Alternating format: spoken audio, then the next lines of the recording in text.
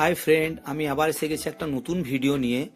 তো প্রথম সিন দেখেই বুঝতে পারছো যে আজকে আমরা কোথাও বাইরে যাচ্ছি। তো তোমরা ঠিকই ধরেছো, আমরা চললাম নৈহাটি বড় মার কাছে। তো আমি, দেবশ্রী আর অরিন যথারীতি আমরা বেরিয়ে পড়েছি।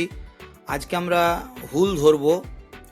তো জানুয়ারি মাসের হয়ে গেল, আজকে প্রায় 12-13 তারিখ হয়ে গেল। তো এখন আমরা হুল ধরে যাব ব্যান্ডেল থেকে আবার ট্রেন চেঞ্জ করে নৈহাটি। তো আমরা বলতে বলতে উখড়া স্টেশনে চলে এসেছিলাম, আর তারপরে এই ট্রেন এসে গেল, ট্রেনে উঠে গেলাম। তো আমরা সিট আনরিজার্ভেই যাচ্ছি, কারণ সিট পাইনি, আর এটা হঠাৎ প্রোগ্রাম, তাই আমি রিজার্ভেশনও করিনি। তো পিঙ্কু পেছনেই রয়েছে, আর আমি আগে রয়েছি, আর অরিন আগের কোচে ছিল। তো সিট খালি হলো বলে ওকে এদিকে নিয়ে চলে এলাম। তো আমরা তিনজন পাশাপাশি হয়ে গেছি।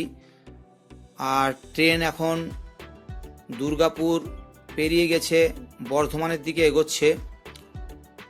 তো এই প্রথম আমরা নৈহাটি বড়মার কাছে যাচ্ছি। এর আগে আমরা বড়মাকে ফেসবুক, হোয়াটসঅ্যাপের লোকের স্ট্যাটাসে দেখেছি। তো সেই দেখেই আমাদেরও ইচ্ছা হলো।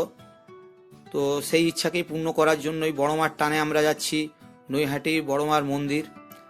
দেবশ্রী এখানে কেক খাচ্ছে, আর আমার কেক খাওয়া হয়েই গেছে আগেই। আর অরিন কেক খায়নি, ও একটু পরে খাবে, ওরটা রাখা রয়েছে। তো এখন আমরা পেরিয়ে গেলাম, এটা মেমারি পেরোচ্ছে। তো মেমারি পেরিয়ে এবার আমরা ব্যান্ডেলের দিকে এগোচ্ছি।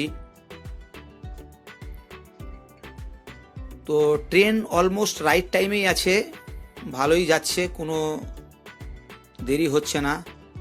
তো দেখো, বলতে বলতে আমরা ব্যান্ডেলের কাছাকাছি চলে এসেছি। একটু পরেই ব্যান্ডেলে আমাদেরকে নামতে হবে, আর এইদিকে সানসেট হচ্ছে। আর জানলার দিকে সিট পাইনি বলেই আমি একটু দূর থেকে ক্যামেরাটাকে করছি। তো হাত বাড়িয়ে আর কি মোবাইলটাকে, বাইরের সিনগুলো তুলতে হচ্ছে, মোবাইলটাকে বাড়িয়ে রাখছি। তো দেখো, ব্যান্ডেল এসে গেছি। এসে পর আমরা যেটা ব্যান্ডেল থেকে নৈহাটির যে লোকালগুলো চলে তাতে বসেও পড়েছি অলরেডি। তো ট্রেনটা মাত্র 10 কিলোমিটার যেতে এখানে শিডিউল দেখাচ্ছে 18 মিনিট। তো আমার মনে হয় না এর ট্র্যাক রেকর্ড 18 মিনিটে কোনো দিনই যায়নি, প্রতিদিনই 1.25 ঘন্টা টাইম নেয়। তো সেই হিসাবে আমরা প্রায় 6:30 নাগাদ পৌঁছাবো, কারণ ব্যান্ডেলে আমরা 5:35 নেমে গেছি। তারপরে ট্রেনটা ছাড়তেও দেরি করলো। আর দেখো, ব্যান্ডেল স্টেশনকে বিদেই জানিয়ে আমরা নৈহাটির উদ্দেশ্যে রওনা হলাম। তো বলতে বলতেই নৈহাটিতে নেমে গেছি। তো এর আগেও কলকাতাতে আমি অনেকবার এসেছি, আর এসেছি কি, কলকাতাতে আমার মানে চাইল্ডহুডটা গোটাটাই কলকাতায় কেটেছে। আমি ব্রন অ্যান্ড ব্রট আপ কলকাতাতেই। তো এত ঠান্ডা এইদিকে পড়ে না আমি জানতাম, কিন্তু এবারে দেখছি প্রচুর ঠান্ডা এইদিকে। তো আমরা নৈহাটি স্টেশনে এসে গেছি, আর এবার আমরা চললাম আমাদের হোটেলের খোঁজে। তো অনেক দোকানদারকে জিজ্ঞেস করে এটা জানতে পারলাম যে বড়মা তো এখানে সব দর্শনে আসে, কিন্তু নৈহাটি এখনও সেই রকম হোটেল ইন্ডাস্ট্রি এখানে গড়ে ওঠেনি। তো যা জেনে বুঝতে পারলাম যে এখানে রুদ্র কমপ্লেক্স বলে একটা হোটেল রয়েছে, সেটাই এখানকার সব থেকে ভালো এবং টপ হোটেল। তো আমরা ওই রুদ্র কমপ্লেক্সেই যাচ্ছি। তো এই দেখো, দেবশ্রী ব্যাকপ্যাক নিয়ে হাঁটছে, অরিনও তার পেছন পেছন যাচ্ছে।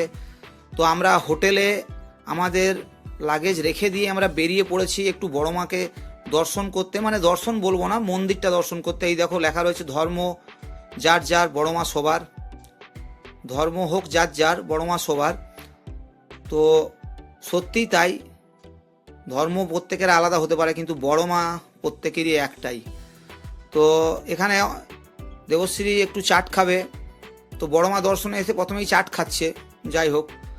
তো সে চাট খাচ্ছে, তার সঙ্গে অরিনও চাট খেয়ে নিচ্ছে। আর এখানে তোমাদেরকে একটু পরেই দেখাবো যে কি লাইন আছে।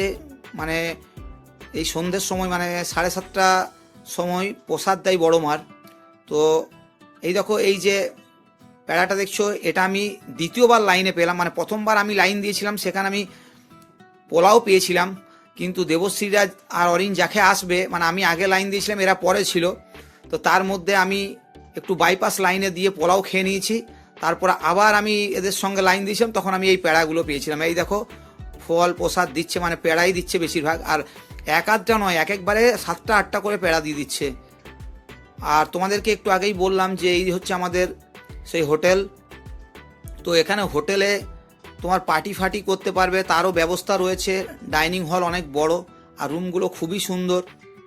প্রত্যেক কটা রুমেই এসি, তো এখন এসি লাগবে না, কারণ যেহেতু শীতকাল, প্রচণ্ড ঠান্ডা, এসির কোনো মানেই হয় না। তো যাই হোক, আমাদের এখানে গিজার ফিজার সবই রয়েছে। তো যাই হোক, সকালবেলায় চানটা করতে পারা। এই যে টেবিলটা দেখছো, এখানে এদের ঘরোয়া খাবার। তো আমি এর আগে অনেক জায়গায় ঘুরেছি, কিন্তু এদের যা হোটেলের খাবার, মানে একদম অসম্ভব, মনে হচ্ছে যেন বাড়ির খাবার খাচ্ছি। একদম পারফেক্ট খাবার ছিল। ব্র্যান্ডেড তেলে রান্না, ব্র্যান্ডেড চাল, ব্র্যান্ডেড আটা, মানে আইটিসির আটাও দিয়েছে এরা।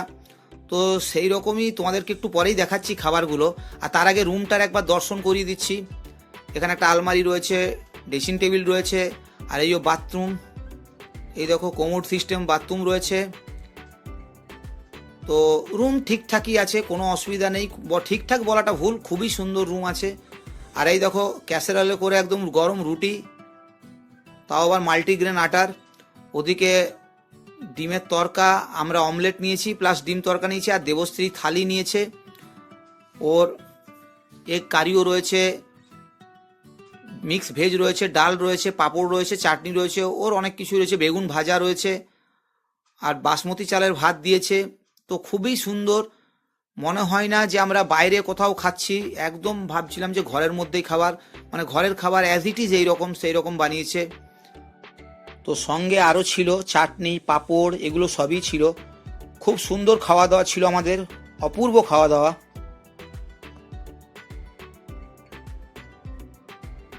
গুড মর্নিং ফ্রেন্ড, আমরা আবার চলে এসেছি। এখন হোটেল ছেড়ে দিচ্ছি, এবার চেক আউট করছি। এক্ষুনি বড়মার মন্দির যাব। দেবশ্রী রেডি হয়ে গেছে, অরিনও ফুল রেডি। তো আমরা সকাল সকাল চান করে রেডি হয়ে গেলাম বড়মার মন্দিরে। সকাল সকাল না গেলে, লাইন না দিলে অনেক ভিড় হয়ে যাবে। সেই জন্য ওখানকার যারা পুরোহিত বা দোকানে ডালা বিক্রি করছে, তারাই বলে দিল যে একটু সকাল সকাল ভোর ভোর এসে লাইন দিতে, তাই তাড়াতাড়ি পুজোটা হয়ে যাবে। তাও আমাদের আবার আজকেই বেরিয়ে যেতে হবে বাড়ি, সেই জন্য আমরা সকাল সকাল রেডি হয়ে চলে যাচ্ছি বড়মার মন্দিরে। তো চলো ওইখানে গিয়ে তোমাদের সঙ্গে আবার লাইভে আসছি। প্রায় 5টা 45 নাগাদ আমরা বেরিয়ে গেলাম, ভোর 5টা 45 নাগাদ। তো এখনও ভালো করে আলো ফোটেনি। তো আমরা যাচ্ছি বড়মার মন্দির। আর তোমাদেরকে আরেকটা কথা বলে দিই, যে হোটেলটাতে ছিলাম সেটা মাত্র আমরা ওই 7টার সময় চেক ইন করেছিলাম, আর চেক আউট করে দিয়েছিলাম 5:45-6টার মধ্যেই। 5টা 40-এ চেক আউট করেছি, তাতে 1200 টাকা ভাড়া নিয়েছে। অ্যাকচুয়ালি রুমটা 2000 টাকা ভাড়া। তো যাই হোক, ঠিকঠাক ছিল রুম, খুবই সুন্দর। আর এই দেখো ডালি নিয়ে নিয়েছি আমরা।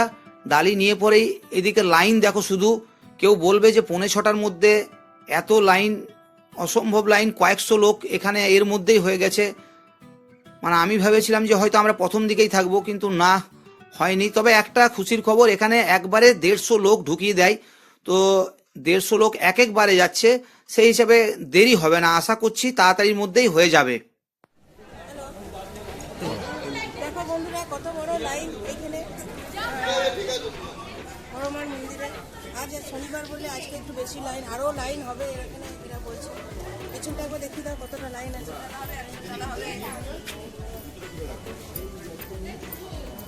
কত বড় লাইন, ঠিক আছে। মন্দির আজকে তাড়াতাড়ি খুলে দিয়েছে, তো আমরা চলো পুজোটা দিই, তারপর তোমাদের কাছে আবার আসছি। এমনিতে মন্দির খোলার টাইম হচ্ছে 7:30টায়। তো জানি না আজকে 6টার সময় মন্দির খুলে দিয়েছে। তো আমার মনে হচ্ছে আমাদের যা কন্ডিশন, তাতে আমরা 7টার মধ্যেই পুজো দিয়ে বেরিয়ে যাব, কারণ এখন 6:30 বাজছে। তো 6:30টার মধ্যেই আমরা ভিতরে ঢুকে যাচ্ছি। তো সেই হিসাবেই আর বেশিক্ষণ টাইম লাগবে না। এই যে ঢুকে গেলাম, তো ঢুকে যাওয়া মানেই ধরো প্রায় পুজো দেওয়ার কাছাকাছি এসে গেছি। তো ভিতরের মন্দিরটা কেমন সেটা তোমাদেরকে এক্ষুনি দেখিয়ে দিচ্ছি। এই দেখো আমি ঢুকে গেলাম। ঢুকতেই প্রথমেই আমার এই দেখো শ্রীকৃষ্ণের অর্জুনের একটা মহাভারতের দৃশ্য এখানে তুলে ধরেছে, কুরুক্ষেত্রের যুদ্ধের। আর এখানে বড়মার ছবি, আর এই দেখো বড়মার মন্দির। তো আমরা লাইনে দাঁড়িয়ে গেছি, আর লাইন বেশ তাড়াতাড়ি যাচ্ছে। তো প্রত্যেক মন্দিরের নাই এখানেও সেম সিস্টেম, মানে চারিদিকে রেলিং করা আছে, যেমন দেওঘরে রয়েছে তেমনি তিরুপতিনাথে, তেমনি মাদুরাইয়ের মীনাক্ষী মন্দিরে, তো সব জায়গায় আমি এইরকমই দেখেছি। আর এই দেখো বড় মাকে একবার তোমাদেরকে পূর্ণ দর্শন দেখিয়ে দিলাম। তো কারণ ক্যামেরা করতে বারণ আছে এখানে, তাও আমি যত সম্ভব পাচ্ছি লুকিয়ে চুরিয়ে ক্যামেরা করছি। ওরা বারণ করছে কিন্তু শুধু তোমাদের জন্যই, আর বড় মাকে একবার দেখার ইচ্ছা, সেই হিসাবেই ভিডিওটা ভালো করে তুলছি। তো ওদিক থেকে বারণ করছে ক্যামেরা করবে না, ক্যামেরা করবে না, কিন্তু উপায় নেই, আমি নিরুপায়, আমাকে ক্যামেরা করতেই হবে। তো এই দেখো বড় মাকে তোমাদের আরেকবার দর্শন করিয়ে দিলাম। জয় বড় মা। তো এবার আমরা খুব ক্লোজে চলে এসেছি বড় মার কাছেই, এক্ষুনি আমাদের পুজো দেওয়া হয়ে যাবে। তো পুজো দেওয়ার মুহূর্তে আমি একটু ভিডিও করে নিচ্ছি, জাস্ট এবার আমাদের নাম চলে এসছে, তো এবার আমাদের লাইনটাই আসবে। তো পুজো দেওয়া হয়ে যাচ্ছে আমাদের। তো ফ্রেন্ড, আমাদের ফাইনালি পুজো দেওয়া হয়ে গেল। তো যাক, এখন বাজে 6:57, মানে 7টাও বাজেনি, তার মধ্যে আমরা পুজো দিতে সক্ষম হয়েছি। তো আজকের ভিডিওটা আমাদের এই পর্যন্তই। ভিডিওটা যদি তোমাদের ভালো লেগে থাকে তাহলে অবশ্যই আমার চ্যানেলটাকে সাবস্ক্রাইব করো আর বন্ধুদের মধ্যে শেয়ার করো। ভিডিওটা দেখার জন্য তোমাদেরকে অসংখ্য ধন্যবাদ।